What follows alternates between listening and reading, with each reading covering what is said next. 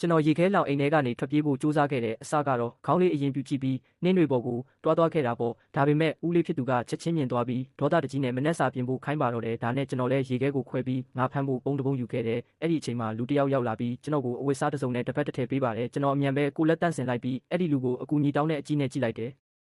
အဲ့ဒီလူကတန်ကြိတ်တစ်ခုနဲ့ရေခဲပြင်ကိုချက်ချင်းရိုက်ခွဲလိုက်ပြီးဆယ်မွန်ငါးကြီးကြီးတစ်ကောင်ဖမ်းပေးပါတယ်ကျွန်တော်လည်းအဲ့ဒီငါးကြီးကိုပျော်ပျော်ပါးပါးဖတ်ထားလိုက်မိတယ်ပြီးတော့တစ်တာတွေကအေးခဲနေတဲ့လိမ္မော်ရည်ဘူးကိုထုတ်ပြီးသွားနဲ့ကြိတ်ကဖြော်ရည်လောက်တောက်လိုက်တယ်အဲ့ဒီလူကတော့ငါးကိုအတုံးလေးတွေတုံးပေးနေတာပေါ့သူ့မျက်နှာမှာပေးပွားနေတာမြင်လို့ကျွန်တော်တစ်ဖက်ကိုကမ်းပေးလိုက်ပါတယ်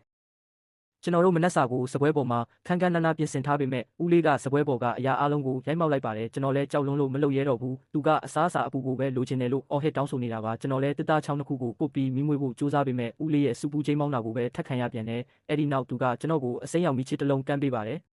ဒါကပဲကျွန်တော်အတွက်ထွက်ပြေးဖို့အကြံကောင်းတစ်ခုဖြစ်စေခဲ့တယ်ကျွန်တော်မီချစ်ကိုချစ်ပြီးငါးပေါ်မှာဝေးရမ်းလိုက်တဲ့အခါအစိမ်းရောင်မီကိုလုံးကြီး